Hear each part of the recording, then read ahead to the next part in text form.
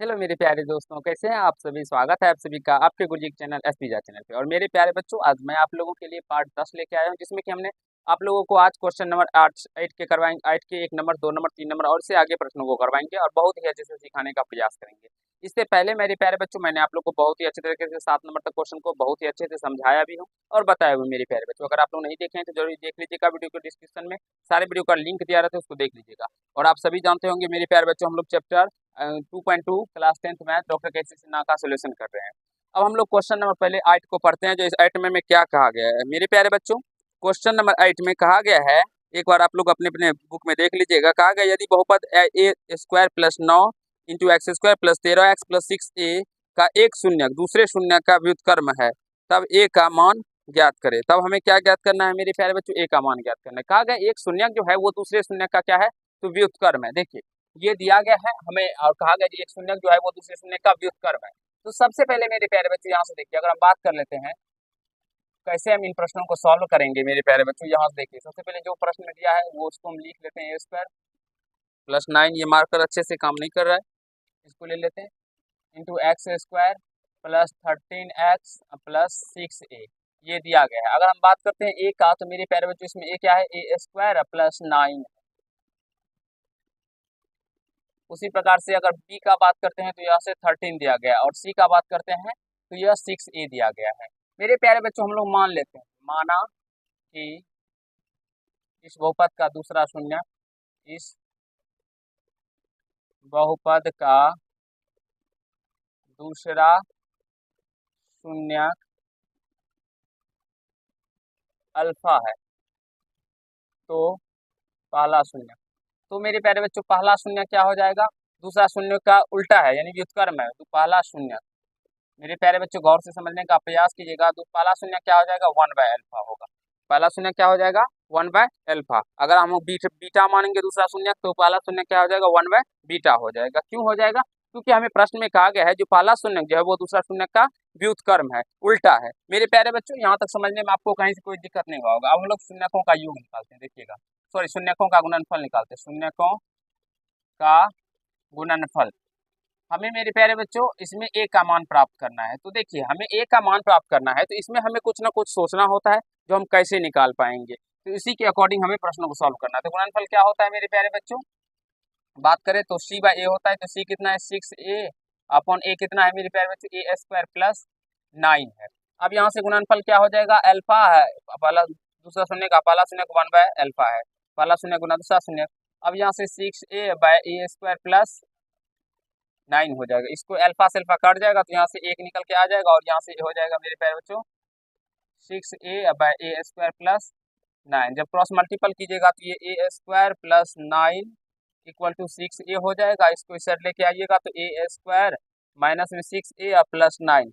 अब हमें इसका गुणनखंड करना होगा मेरे पास, ये 6 इधर आ गया तो इधर 0 हो गया। इसका गुणनखंड करना होगा जिससे कि हमें a का मान प्राप्त हो सके मेरे प्यारे बच्चों और पता चल सके। तो आप लोग भी गुणनखंड कर लीजिएगा। जो ए स्क्वायर माइनस 3a और माइनस 3a गुना करने पर मेरे प्यारे बच्चों, गुणनखंड के बारे में बहुत ही अच्छे से मैंने आप लोग को पीछे भी बता रखा है। अगर आप लोग नहीं देखें तो जरूर ही देख लीजिएगा। गुणनखंड करने में कुछ भी नहीं होता है, इसके सी वाले टर्म को ए वाले टर्म से गुना होता है, तो ये 9a स्क्वायर हो गया।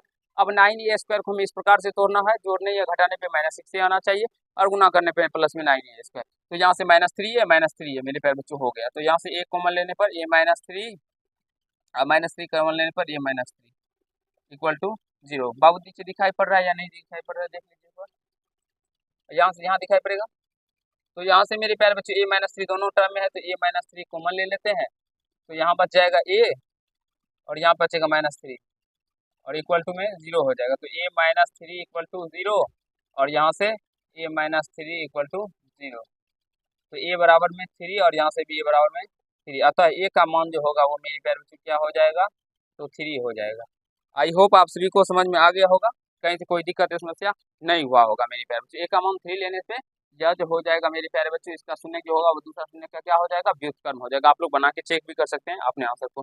चलिए क्वेश्चन नंबर दूसरे प्रश्न को देखते हैं। क्या कहा गया 8 के दूसरे नंबर में, कहा गया मेरे प्यारे बच्चों यदि बहुपद ax square minus 6x minus 6 के शून्यकों का गुणनफल 4 हो तो a का मान ज्ञात कीजिए। इसमें शून्यकों का गुणनफल 4 दिया गया है तो हमें a का मान ज्ञात करना है। देखिए इस तरह के प्रश्नों को भी कैसे हम लोग हल करेंगे। यहाँ से ए एक्स स्क्वायर माइनस 6x-6, ए का मान मेरे प्यारे बच्चों यही है, बी का मान -6 है और सी का भी मान -6 है। तो हम शून्यकों का योग गुणनफल निकालते हैं, हमें ए का मान ज्ञात करना है। और क्या सब दिया गया है बाबू, इसमें अगर बात कर लेते हैं तो शून्यकों का गुणनफल दिया गया है, ठीक है, एक सेकेंड, हाँ शून्यकों का गुणनफल 4 है, तो इसमें छोड़िए, अब इसको निकालने के बाद शून्यकों का गुणनफल देखिए, शून्यकों का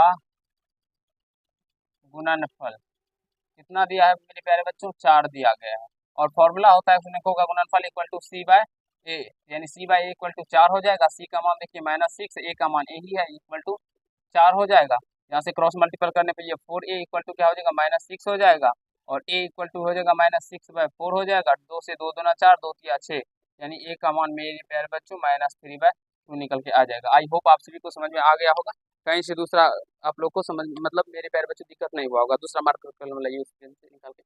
तो मेरे प्यारे बच्चों देखिए कैसे हम लोग इस तरह के प्रश्नों को सॉल्व करते हैं, और इन प्रश्नों को सॉल्व करने में क्या परेशानियां आती है नहीं आती है, उन चीज़ों को सीखने का प्रयास कीजिए।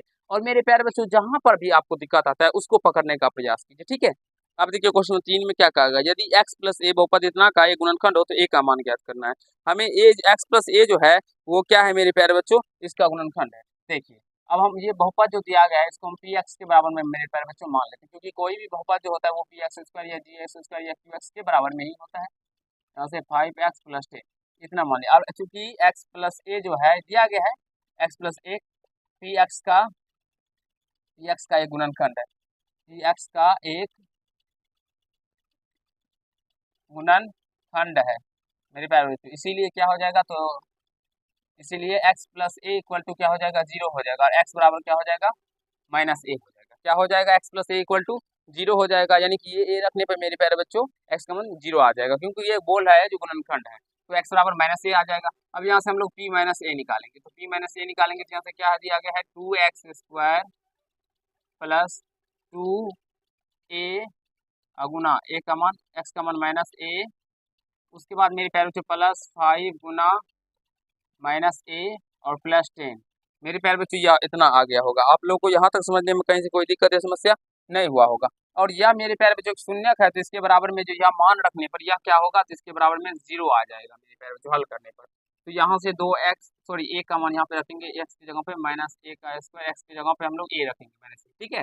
तो यहाँ से हमारा a का मान निकल के आ जाएगा, यह हो जाएगा 2a स्क्वायर, फिर यहाँ से प्लस माइनस माइनस 2 को a से गुना करने पर 2a स्क्वायर, यहाँ से -5a प्लस 10 इक्वल टू 0, ये और ये टर्म कट जाएगा, -5a इक्वल टू ये प्लस में उधर पे -10 हो जाएगा, माइनस से माइनस कट जाएगा, 5a इक्वल टू 10 हो जाएगा, और a का मान मेरे प्यारे बच्चों 10/5 हो जाएगा, 5 से 2 मर्द में चला जाएगा, ए का मान 2 निकल के आ जाएगा। आई होप मेरे प्यारे बच्चों आप सभी को समझ में आ गया होगा, और कैसे हम लोग ए का मान ज्ञात कर सकते हैं। ये बेसिकली 9th का क्वेश्चन है मेरे प्यारे बच्चों, क्योंकि इस तरह के प्रश्न हम लोग 9th में बहुत सारे प्रश्न को सॉल्व किए हैं। अगर आप लोग नहीं देखे हो तो 9th में भी जाके देख सकते हैं, सारा पार्ट्स अपलोड है चैनल के माध्यम से, आप लोग जाके प्लेलिस्ट में चेक कर सकते हैं।